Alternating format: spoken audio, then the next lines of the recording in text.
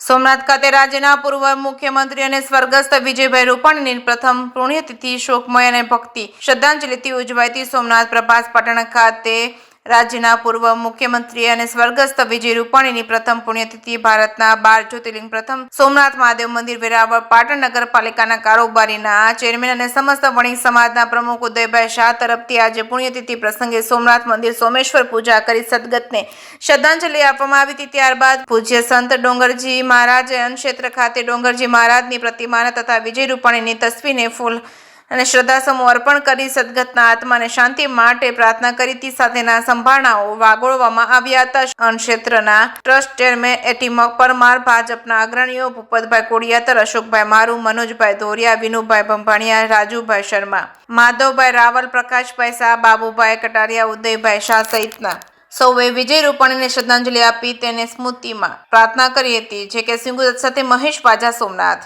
ભૂપત કોડિયાતર, જિલ્લા અનુસૂચિત મોરચાના પ્રમુખ તરીકેની જવાબદારી છે.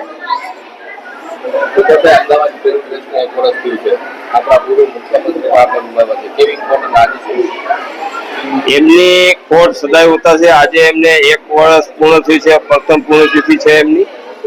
અને ભારતીય જનતા પાર્ટીમાં મેં એની સાથે કામ કર્યું છે. મહામંત્રી હતા ત્યારથી લઈ સાંસદ બન્યા, મુખ્યમંત્રી બન્યા, એક કોમન મેન કાર્યકર્તા સામાન્ય હતા ત્યાંથી મુખ્યમંત્રી સુધીની સફળ કોમન મેન તરીકે રહી છે. નાનામાં નાના અમારા કાર્યકર્તાને એ નામથી બોલાવે એટલી એમને જે કાર્યકર્તા પ્રત્યે લાગણીઓ હતી.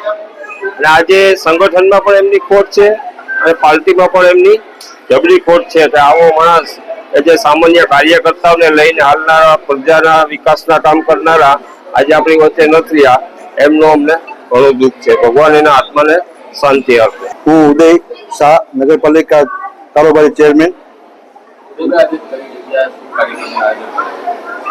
આજે છે ને વિજયભાઈ રૂપાણી સાહેબને છે ને 1 વર્ષ પૂરું થયું.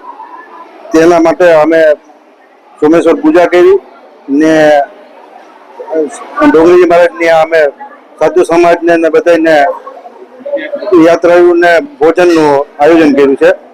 તેમને વિજયભાઈ રૂપાણીને 1 વર્ષ થયો તથા એને દિવ્યાંગીઓ સાથે જે હતા એ બધાને ભગવાન તેને આત્માને શાંતિ આપે એવી પ્રાર્થના.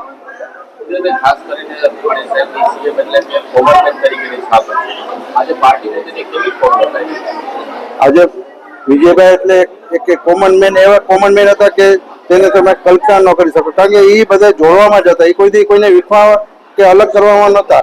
તેની ખોટ અત્યારે ભાજપ સરકારને પણ દેખાય છે અને રાજકોટની પ્રજાને પણ દેખાય છે.